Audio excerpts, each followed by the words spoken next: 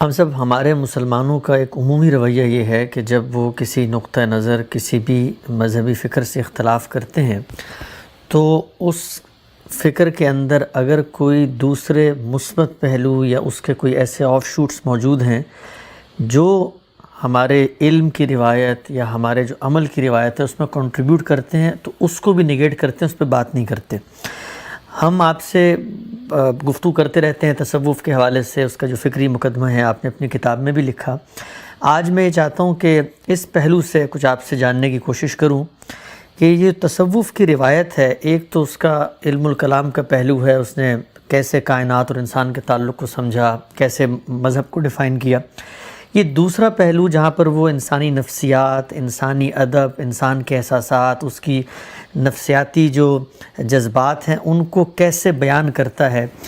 تو یہ جو روایت ہے ہمارے ہاں ادب کی، مثلا شعر کی، نثر کی، پھر اس سے خطابت کا سلسلہ پیدا ہوا، تو یہ جو صوفیانہ روایت ہے اس کے اکابر بزرگوں نے کس طریقے سے اس جو ہماری ہیریٹیج ہے اس کو انہوں نے انرچ کیا ہے، اس میں کنٹریبیوٹ کیا ہے، اس بارے میں کچھ بتائیے گا ذرا۔ رسالت مآب صلی اللہ علیہ وسلم سے اس دین کی ابتدا ہوئی، یعنی اس پہلو سے کہ یہ ہمیں رسول اللہ صلی اللہ علیہ وسلم کی تصویب سے ملا ہے۔ ویسے تو اس کی ابتدا آدم علیہ السلام سے ہو گئی، سب پیغمبر اسی دین کو لے کر آئے ہیں۔ قرآن مجید یہ کہتا ہے کہ اللہ کا دین ہمیشہ سے اسلام ہی رہا ہے، یہ سب پیغمبروں کا دین ہے۔ اس کی اس لحاظ سے تو ابتدا سیدنا آدم ہی سے ہو گئی تھی، لیکن ہمارے لیے یہ تجدید کے بعد محمد الرسول اللہ صلی اللہ علیہ وسلم کی تصویب سے جاری ہوا ہے، اور ہم ظاہر ہے کہ اسی نسبت سے اب اس کو مانتے بھی ہیں، قبول بھی کرتے ہیں اور اس کی دعوت بھی دیتے ہیں۔ رسول اللہ صلی اللہ علیہ وسلم نے یہ دین صحابہ کرام کے سپرد کیا، یعنی قرآن مجید بھی انہی سے ہمیں ملا ہے، اور یہی صورتحال سنت کی بھی ہے، یہ ان کا عمل ہے جو ایک روایت کے طور پر جاری ہو گیا۔ پھر یہ تو نہیں ہوا کہ وہی لوگ ہمیشہ رہیں، یا جس طرح کی ان کی تربیت ہوئی اسی کے لحاظ سے تمام چیزیں ہوتی رہی ہوں، یا تاریخ ایک جگہ روک دی گئی ہو، اس کے بعد پھر یہ دین، اس کی دعوت اقصائے عالم تک پہنچ گئی۔ یہ معلوم ہے کہ رسالت مآب صلی اللہ علیہ وسلم کے دنیا سے رخصت ہو جانے کے کوئی 10-15 ہی سال کے عرصے میں بڑی بڑی سلطنتیں، اسلامی ریاست کہیے یا مسلمانوں کی ریاست کہیے، اس کا حصہ بن گئی۔ ایک بڑی سلطنت مسلمانوں کی قائم ہو گئی، اس میں ہر ذہانت کے لوگ، ہر پس منظر کے لوگ، ہر مدرسہ فکر کے لوگ، مختلف ادیان کے ماننے والے، ہر طرح کے لوگ موجود تھے۔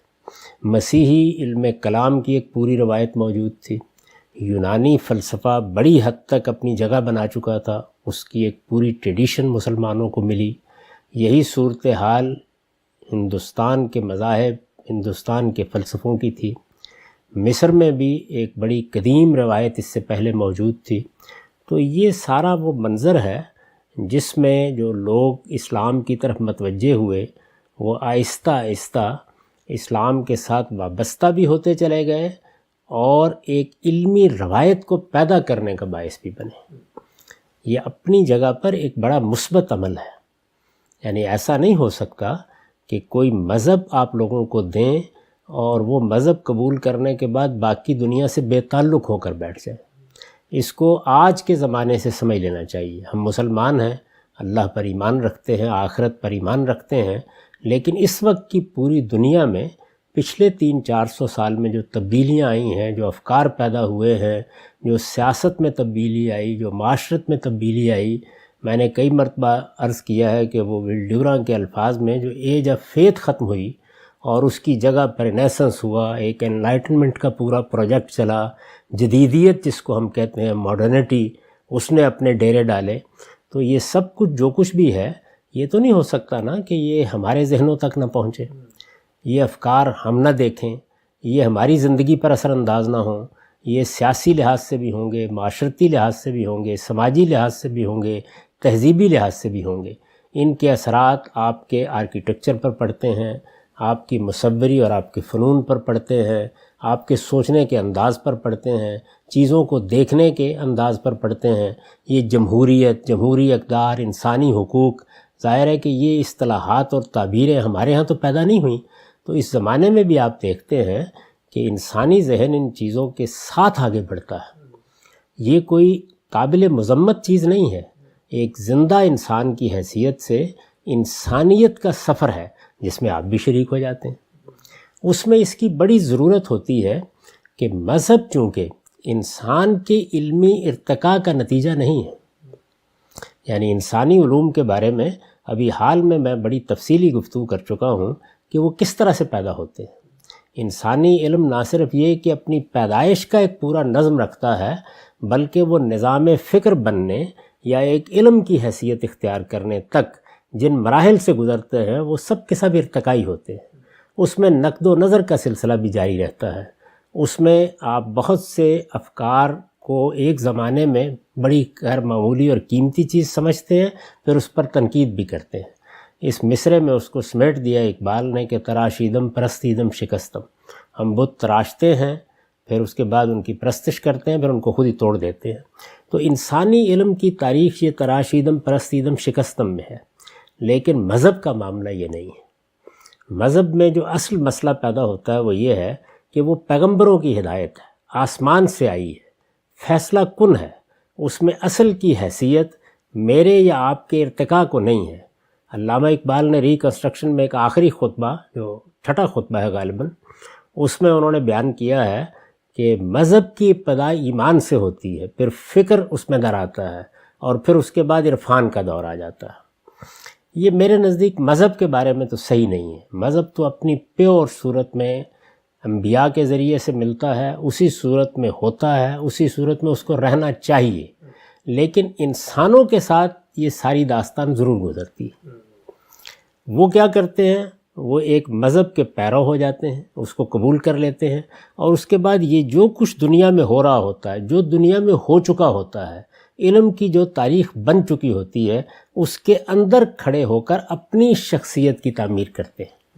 اب انہیں کسی علم پر قلم اٹھانا ہے، کسی چیز پر لکھنا ہے، اگر فرض کر لیجئے کہ ایک دور میں سائنس کا غلبہ ہے تو وہ چیز آپ کے یہاں زیر بحث آئے گی، اگر سماجی علوم نے کوئی خاص صورت اختیار کر لی ہے تو وہ زیر بحث آئیں گے۔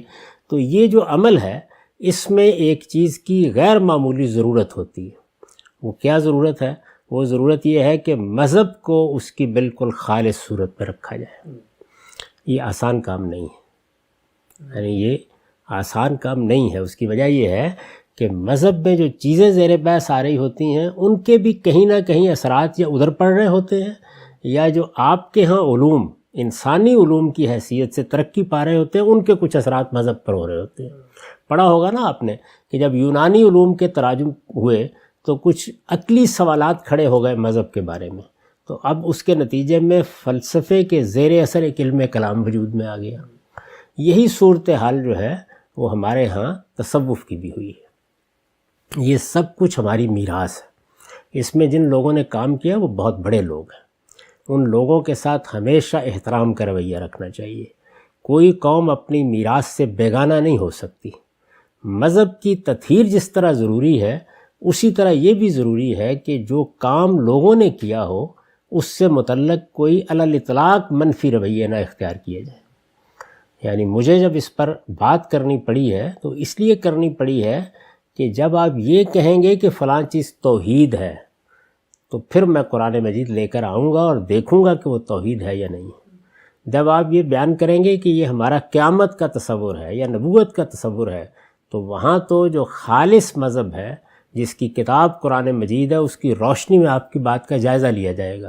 لیکن ان چیزوں کا جائزہ لینے کا عمل آپ ایک طرف رکھیے، یہ جو بہت بڑے بڑے لوگ، غیر معمولی لوگ، اعلیٰ ذہانتیں پیدا ہوں گی، تو یہ کنٹریبیوٹ کریں گی نا، یہ کہیں تفسیر میں کنٹریبیوٹ کریں گی، کہیں کسی چیز کے فہم میں کنٹریبیوٹ کریں گی، کہیں کسی مشکل کو حل کرنے میں کنٹریبیوٹ کریں گی۔ یہ سارا جو کنٹریبیوشن ہے، اسے بڑی عزت کی نگاہ سے دیکھنا چاہیے۔ یعنی اس میں مذہب میں اگر کوئی اختلاط ہوا ہے تو جس طرح یہ ضروری ہے کہ اس کو الگ کیا جائے، اسی طرح یہ بھی ضروری ہے کہ اس کنٹریبیوشن کا اعتراف کیا جائے، اس کو اپنے علم کی میراث بنایا جائے۔ اس میں جو غیر معمولی کام ہمارے ہاں شاعری کی سطح پر، ادب کی سطح پر، مابعد طبیعت کی سطح پر ہمارے ہاں صوفیوں نے کیا ہے، وہ بہت غیر معمولی ہے، بہت غیر معمولی کام ہے۔ اسی طرح سے جو خانقاہی نظام انہوں نے بنایا، اس خانقاہی نظام میں آپ تصوف، اس کے علم کلام کو ایک طرف رکھ دیں، اس لیے کہ اس پر مذہب کی روشنی میں تنقید کرنا پڑتی ہے، لیکن بجائے خود وہ ایک بڑی غیر معمولی انسٹیٹیوشن کی حیثیت رکھتا تھا۔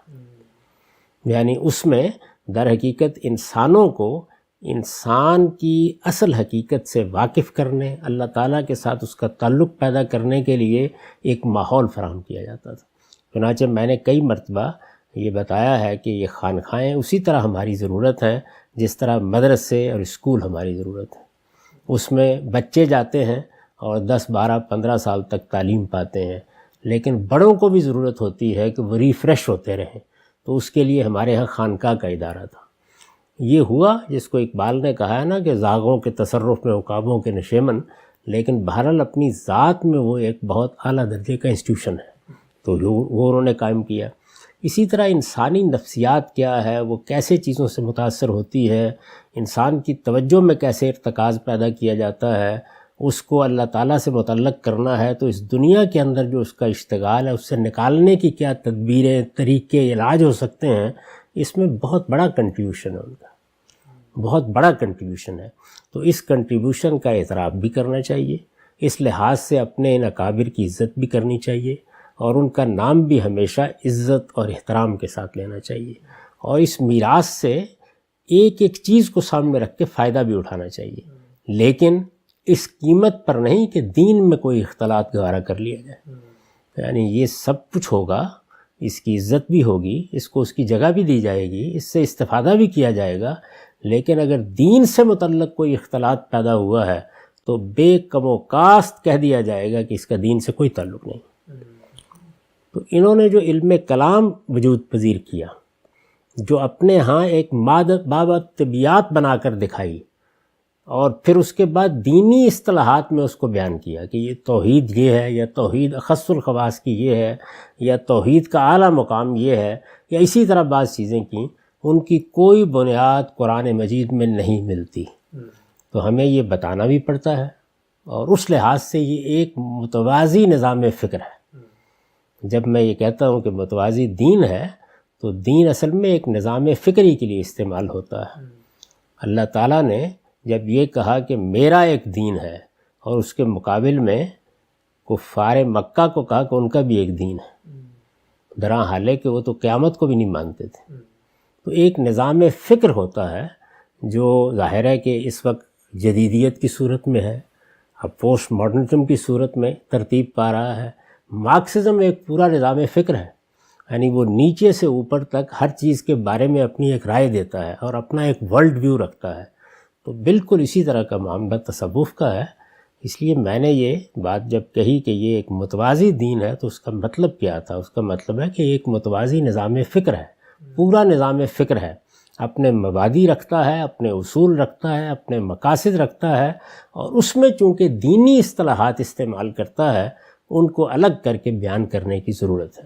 اس کا ہرگز یہ مطلب نہیں ہے کہ جو مابعد طبیعت میں، جو فلسفے میں، جو انسانی فکر میں، جو لوگوں کی تربیت میں، جو انسانی نفسیات کے مطالعے میں، خانقاہی ادارے کو بنانے میں ان کا کنٹریبیوشن ہے، اس سے انکار کر دیا جائے۔ معاف کیجیے۔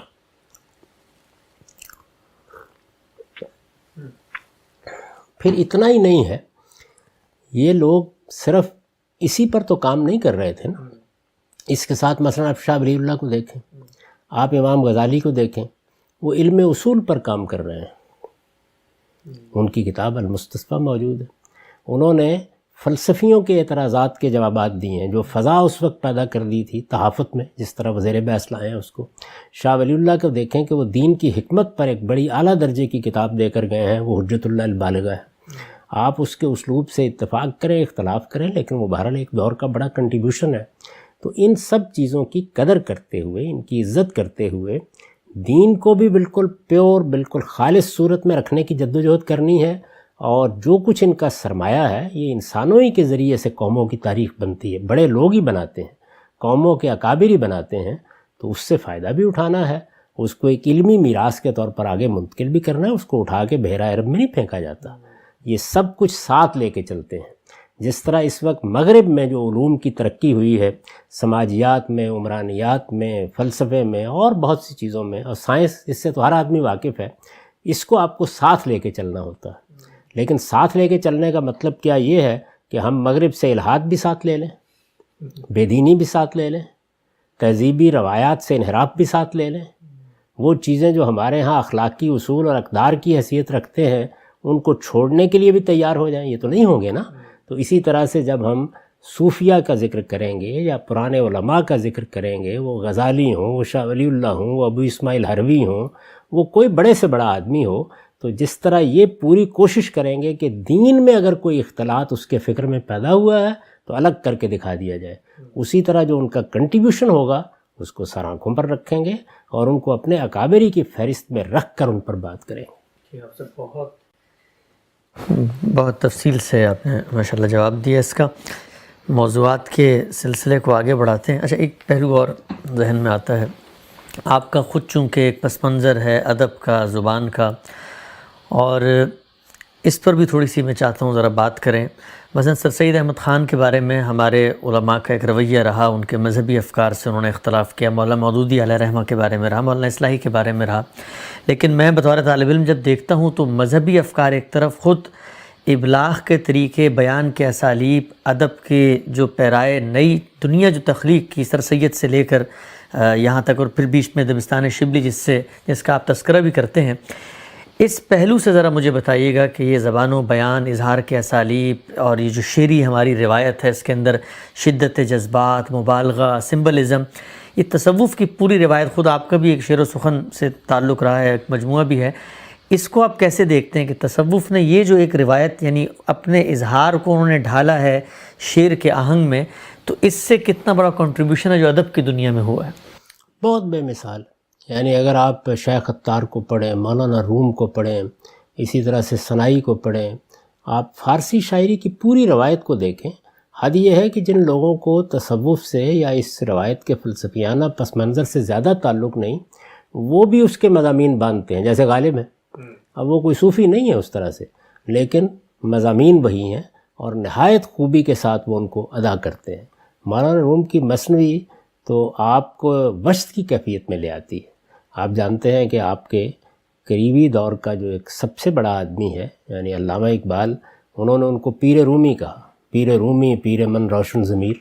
اور مثنوی کے اشعار میں جو فلسفہ بیان ہوا ہے، جو تصوف بیان ہوا ہے، جس طریقے سے چیزوں کو دیکھا گیا ہے، زندگی کے حقائق جیسے بیان ہوئے ہیں، ان کو اگر آپ غور کریں تو بڑی خوبی کے ساتھ انتخاب کر کے انہوں نے بال جبریل کی ایک نظم پیر و مرید اس میں بیان کیا ہے. یعنی وہاں وہ سوال کرتے ہیں اور اس کے بعد مثنوی سے کچھ اشعار اس میں سے منتخب کرتے ہیں جن سے وہ جواب دیتے ہیں اس کا. ان کی ایک بڑی حیثیت ہے. ثنائی کے بارے میں کہا ہے کہ ثنائی کے ادب سے میں نے غواصی نہ کی، ورنہ ابھی اس بحر میں باقی ہیں لاکھوں لولوئے لالا.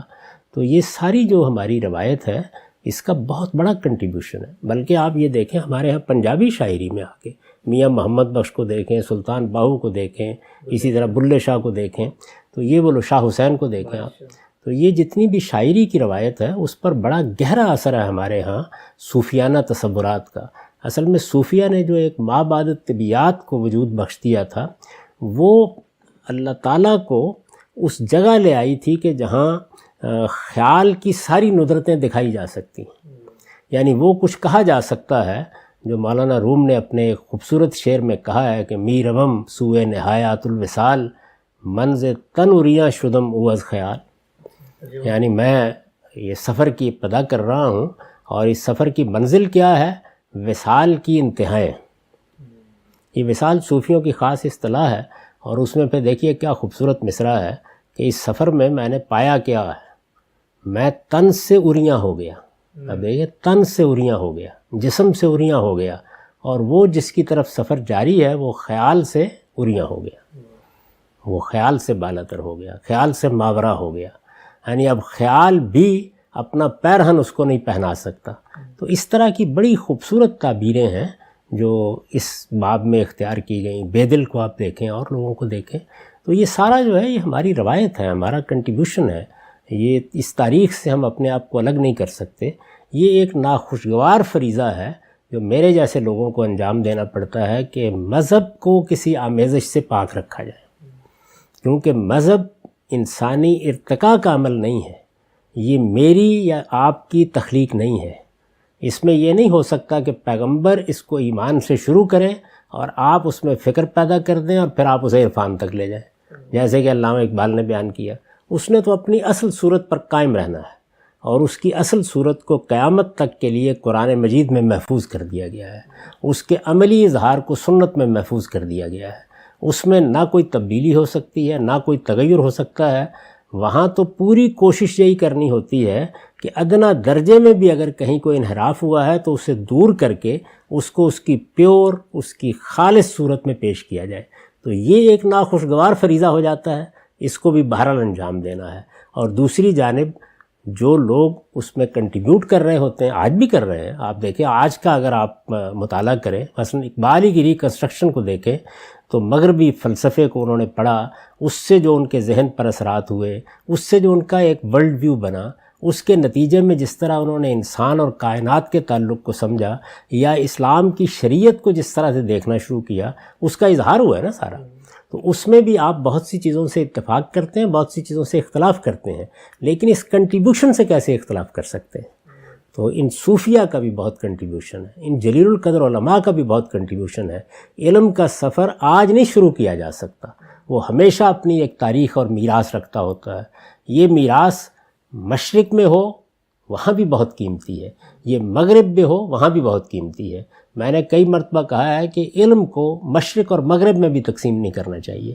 یہ انسانیت کا سفر ہے، اور اس میں جہاں جہاں اگر فرض کیجئے کہ ایک مقام پر افلاطون کھڑا نظر آتا ہے، یا ارسطو نظر آتا ہے، یا دیکارت نظر آتا ہے، یا ہیگل نظر آتا ہے، یا برگسا نظر آتا ہے، یا آپ آج کے زمانے کے بڑے سائنسدانوں کو دیکھتے ہیں، تو یہ سب کے سب اصل میں اس سفر کو لے کے آگے چل رہے ہیں. آپ جب ادھر مشرق میں آتے ہیں تو یہاں اگر آپ کو شیخ اکبر ابن عربی نظر آتے ہیں، یا غزالی نظر آتے ہیں، یا آپ کے بڑے بڑے فقہا نظر آتے ہیں، تو یہ سب کیا کر رہے ہیں؟ یہ اصل میں اس سارے علم کو آگے بڑھا رہے ہیں. قانون کی ایک روایت پیدا ہو رہی ہے، فلسفے کی ایک روایت پیدا ہو رہی ہے، ما بعد طبیعیات کے مسائل حل کیے جا رہے ہیں، انسان اور خدا کے رشتے کو سمجھنے کی کوشش ہو رہی ہے. یہ اپنی ذات میں ایک بہت غیر معمولی اور اعلیٰ کام ہے، اور آپ انسانیت کو کبھی بھی اس سے نہیں روک سکتے کہ وہ یہ سفر نہ کرے. اور کبھی اس سفر میں جو لوگ غیر معمولی حیثیت اختیار کر لیتے ہیں اپنی ذہانت کی وجہ سے، اپنی پریزنٹیشن کی وجہ سے، جس طرح وہ چیزوں کو دیکھتے ہیں، جیسے پیش کرتے ہیں، اپنی صلاحیتوں کی وجہ سے، ان کو بھی کبھی تحقیر یا استخفاف کا نشانہ نہیں بنانا چاہیے. تاہم دین اور علم دونوں اس کا تقاضا کرتے ہیں کہ روح رعایت نہیں کی جا سکتی. تو میں تو خود فارسی شاعری پڑھتا ہوا ایک لحاظ سے پیدا ہوا، کیونکہ میرے والد نے سب سے پہلے یہی کوشش کی کہ میں فارسی زبان سیکھوں، اور جو ان کے پاس فارسی کے دواوین تھے یا فارسی شاعروں کی کتابیں تھیں، یا خاص طور پر صوفی شعراء کا کلام تھا، وہ چاہتے تھے کہ میں اس کو پڑھوں، اس کو پڑھ کر سناؤں. تو بارہا ایسا ہوا کہ میں نے کئی گھنٹے ان کو جب فارسی پڑھ لی تو سنایا اور سمجھنے کی خود بھی کوشش کی. اور اب بھی مجھے سینکڑوں ہزاروں اشعار یاد ہیں فارسی زبان کے. تو یہ سارا پس منظر جو ہے یہ بہت غیر معمولی میں اس سے حظ اٹھاتا ہوں. تاہم یہ ضرور دیکھتا ہوں کہ اس میں کوئی ایسی چیز تو نہیں کہہ دی گئی کہ جس کو قرآن قبول نہیں کرتا. اگر ایسا ہوگا تو پھر میں کسی ملامت کرنے والے کی ملامت کی پرواہ نہیں کروں گا. اسی زاویے سے میں نے تصوف کی پوری روایت کو دیکھا اور یہ بتا دیا کہ یہ اپنے نظام فکر میں، یعنی جو یہ کسر بنایا ہے انہوں نے، اس میں یہ کسر ایسا نہیں ہے کہ یہ قرآن کی آیتیں سامنے رکھ کے، دین سامنے رکھ کے، جیسے فقہا نے اجتہادات کیے ہیں اس طرح کی چیز ہے. یہ اپنی ابتدا سے انتہا تک ایک متوازی نظام فکر ہے. تو یہی میں نے اس پر تبصرہ کیا.